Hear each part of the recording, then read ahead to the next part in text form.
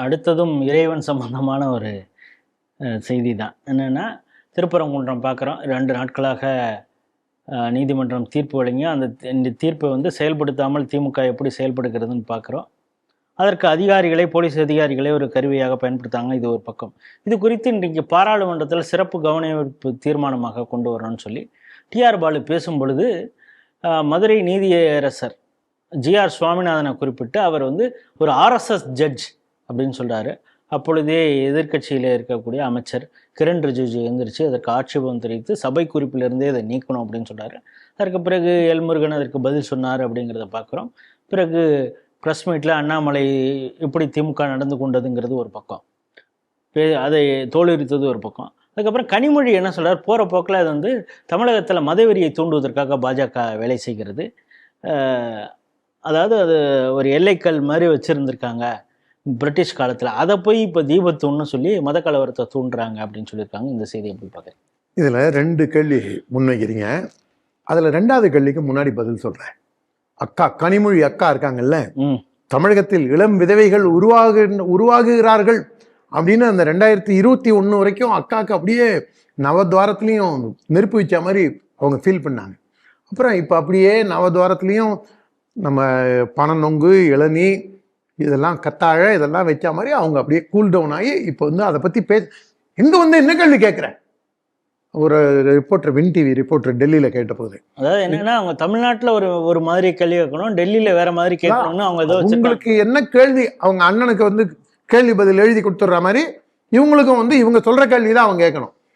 நான் கிழிச்ச கோட்டை என் பொண்டாட்டி தாண்ட மாட்டா, நான் எங்கே கோடு கிழிக்கணும்னு என் பொண்டாட்டி சொல்லிடுவா அப்படிங்கிற கதை தான் அவங்களுக்கும். ரிப்போர்ட்டர்ஸ் என்ன கேள்வி வேணா கேட்கலாம், என்ன கேளுங்க, அண்ணனை தானே கேட்குறீங்க கேளுங்கிறோம், ஆனால் என்ன கேள்விங்கிறத சொல்லுவாங்க. இந்த மாதிரி அவ்வளோ ஒரு பயங்கரமான ஜனநாயகவாதி அக்கா, நாளும் தெரிஞ்ச ஏகாம்பரம், எல்லாம் தெரிஞ்ச ஏகாம்பரம் மாதிரி அவங்க கடைசியில் பல்லிழிக்குது அவங்களுடைய அறிவு. அவங்க என்ன சொல்றாங்க, அது எல்லைக்கல், சர்வேக்கல். அதை சொன்னது யாரு முதல்ல, அந்த சு வெங்கடேசன். அது என்னமோ அது கொஞ்சம் ஸ்டாமர், அது என்னன்னு தெரியல. அந்த அவரை பாட்டா சொல்லணும்னு நினைக்காதீங்க, சு வெங்கடேசன். அந்த வெங்கடேசன் இருக்கான்ல, அவன் தான் நான். அதுக்கப்புறம் எல்லா பயிலும் இப்போ தூக்கிட்டு அலையிறானே. நான் என்ன கேட்குறேன், எல்லைக்கல்னா ஒரு இடத்துல மட்டும்தான் இருக்குமா? எல்லைக்கல்னா அந்த மலையிலே ஒரு இடத்துல தான் இருக்கு. அப்போ அந்த மொத்த மலையே அந்த இதுதானே, ஸ்தூபி தானே, எங்கேயோ அடிச்சான் பல்லு போச்சாங்கிற கதையா லூசு பயலுக.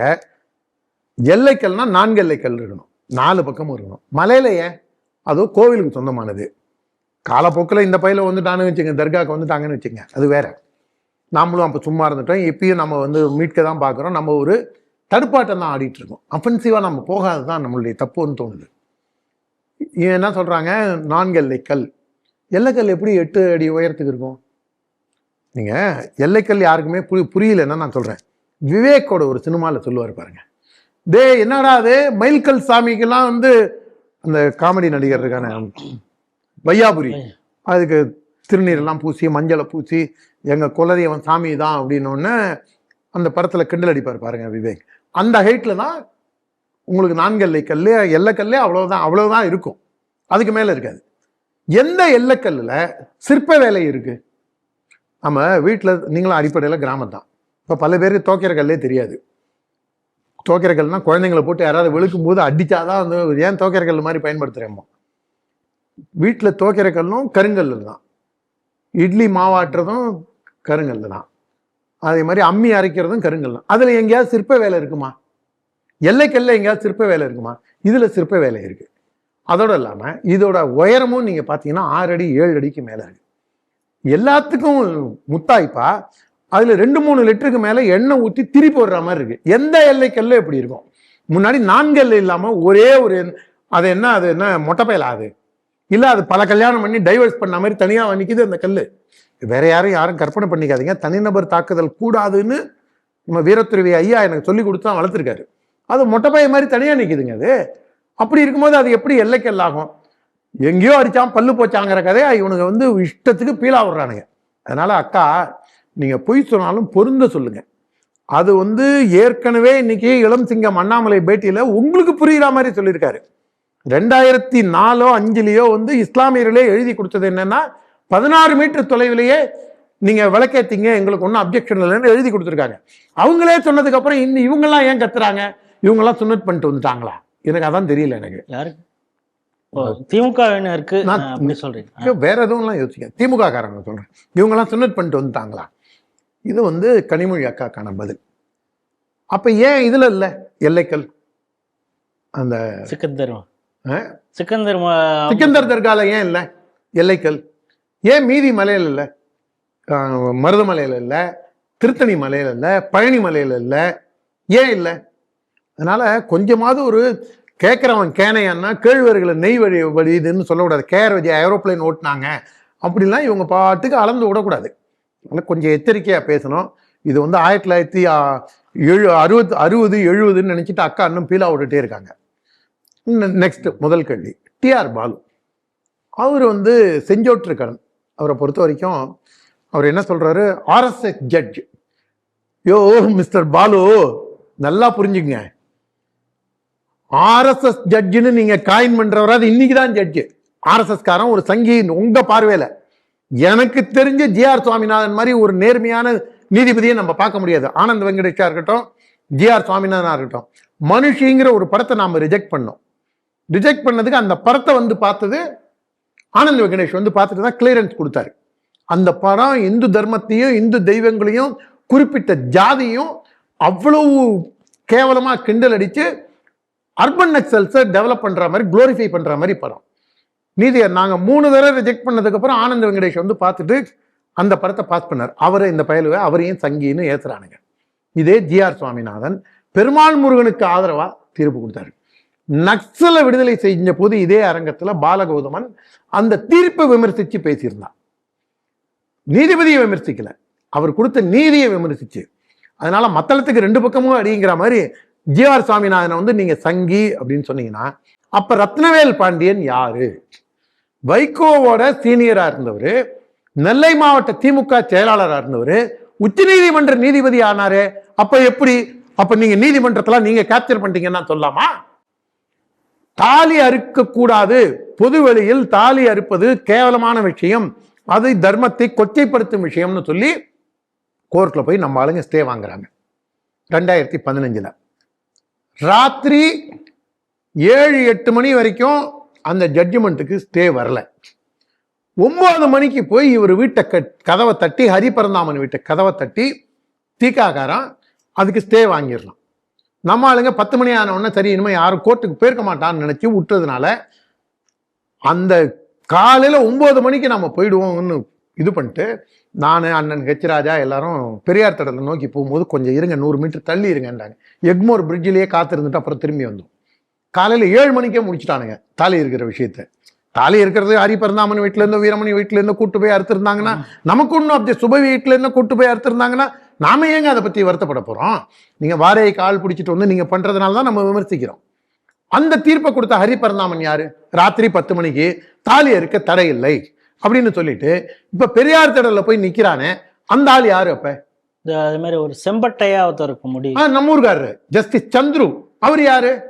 அவரு ஊறுகாய் மாமின்னு சித்தாந்த ரீதியா அந்த அம்மாவை கிண்டல் பண்றாரு. ஒரு டெக்கோரமே மெயின்டைன் பண்ண தெரியாத, இத்தனைக்கும் சுப்பிரமணியம் பாலாஜியோட ஒரு 500 தெரியாத 2 வீலர் பைக்ல உட்கார்ந்து போயிருப்பாரு. பாலாஜி ஹார்ட்கோர் RSSன்னு தெரியும். பாலாஜி வந்து நம்ம பௌதிக் பாலாஜி பல்வேறு விஷயங்களை பாலாஜியை பெட்டிஷனரா வச்சே அவர் தான் அந்த இதுக்கு ஃபேக் ஸ்டாம்ப் பேப்பர் கேஸ், அந்த கேஸை நடத்தினதே ஜஸ்டிஸ் சந்துரு தான், அவர் அட்வொகேட்டா இருந்த போது. ஆனா அவரே கழுத தெரிஞ்சு கட்டருமான கதையா அவர் என்ன சொல்றாரு? இப்ப இந்து படாது, கோவில் நோ நோ நோ நோ, பண்பாடு கலாச்சாரம் நான்சென்ஸ். இந்த லெவல்ல தான் அவங்களுடைய திங்கிங்லாம் இப்படியே டிட்ரேஷன் பாருங்க. அப்ப ஹரிபரந்தாமனை நம்ம என்ன சொல்லலாம்?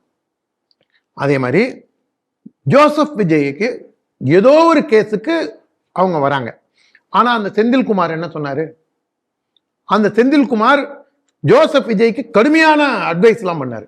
அப்ப ஏன் அதுக்கு வந்து விமர்சிச்ச அந்த ஜோசப் விஜயோட அணில் குஞ்சுகளை விடுவிடா போய் தேடி போய் கைது செஞ்ச இந்த திராவிட மாடல் ஆட்சி டிஆர் பாலுவையும் திருமாவளவனையும் இவனை அந்த பத்திரிகையாளர்னு ஒரு பையன் இருக்கானே, பட்டையா திருநீர் வேற போட்டு, அவன் பேர் என்ன, நியூஸ் நெல்சன் ஜேவியர், அவனையும் அண்டா செந்திலையும் இவங்களெல்லாம் ஏன் இன்னும் கைது செய்யல? டிஆர் பாலு பாராளுமன்றத்திலேயே அவருக்கு வந்து ஒரு முத்திரை குத்தி பேசுறாரு. இல்லை இப்போ அதில் எனக்கு ஒரு சின்ன இதுன்னா, இப்போ ஜிஆர் சுவாமிநாதன் அவர்களை வந்து ஒரு சங்கி ஆர்எஸ்எஸ் ஜட்ஜுங்கிறாரு. அதாவது பை ப்ரொஃபஷனாக அவர் சொல்கிறாரு. இவங்க பை ப்ரொஃபஷன் வந்து இவங்க சாராயம் காய்ச்சற, ஐ மீன் பிரிவரிஸ் வச்சிருக்கிறவங்க. இல்ல சாராயம் காய்ச்சறவங்கன்னா சொல்லணும், சாராய வியாபாரின்னு தான் சொல்லணும். சார் அப்படி எதிர்கட்சியிலேருந்து இருக்கக்கூடிய ஒரு எம்பி யாராவது ஏஞ்சி நம்ம ஆளுங்களே ஏஞ்சி எல்முருகனே ஏஞ்சி அண்ணே உங்களை சாராய வியாபாரின்னு நான் சொன்னா நல்லா இருக்காதுன்னு பேசாதீங்கன்னு. நான் எச்சக்கலைக்கு எதிர்கலை இருந்தாதான் இவங்கெல்லாம் அடங்குவாங்க. இதை தாண்டி நான் இன்னொன்னு சொல்றேன். நாம நீதிபதியை நீதிபதியா பார்க்கிறோம். நமக்கு எதிராக தீர்ப்பு கொடுத்தவன கூட நம்ம செந்தில்குமாரே பல்வேறு விஷயங்கள்ல இது பண்ணா கூட இன்னொரு ஜட்ஜு ஆனந்த் வெங்கடேஷ் நினைக்கிற ராஜானனுக்கு எதிராக தான் இது பண்ணாரு. நாம ஒன்றும் அவரை நம்ம அந்த ஜட்ஜ்மெண்ட் பார்ட்டோட போனமே தவிர நீதியை விமர்சிக்கிறமே தவிர நீதிபதியை விமர்சிக்கல. ஆனா இவங்க என்ன பண்றாங்க, அவரை தேவையில்லாதெல்லாம் எடுத்து பேசி இப்போ செய்யும் போது அங்க ஒரு டிஎஸ்பி அசிஸ்டன்ட் கமிஷனர், அவர் பேர் என்ன, இனிகோ திவ்ய அல்போன்ஸ். அப்ப நாம அவரை வந்து அவர் வந்து பிஷப் ஹவுஸ்ல இருந்து வந்தாருன்னு நம்ம சொன்னா அது சரியா இருக்குமா? எவ்வளவு ஒரு அசிங்கமான ஒரு அருவருப்பான விஷயமா இருக்கணும். இது பிஷப் ஹவுஸ்ல இருந்து வருதா? அப்படிதானே நம்ம சொல்ல முடியும்.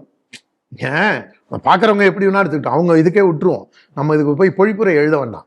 ஆனால் நாமளும் இந்த மாதிரி பேசணும்னா அப்போ எல்லாரையுமே நீங்கள் பிராண்ட் பண்ணிகிட்டே இருந்தீங்கன்னா, அதே மாதிரி இந்த Wilson senior advocate, senior council கோர்ட்டில் தீர்ப்பு வேற மாதிரி கொடுத்தாங்க, வெளியில வந்து இல்லை இல்லை இல்லை அது கருத்து தான் சொன்னாங்க, கருத்து தான் ஜட்ஜ்மெண்ட்லேயே வந்துருச்சு எல்லாம்.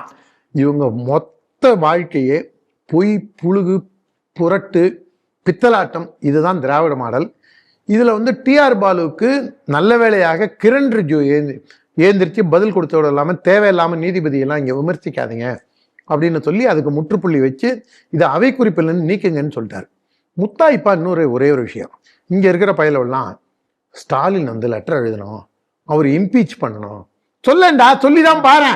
ஏன் உன் தலைவனுக்கு சொல்ல, உன் தலைவனுக்கு அவ்வளவு தைரியம் இருந்தா நீ பண்ண சொல்லு பார்ப்போம்.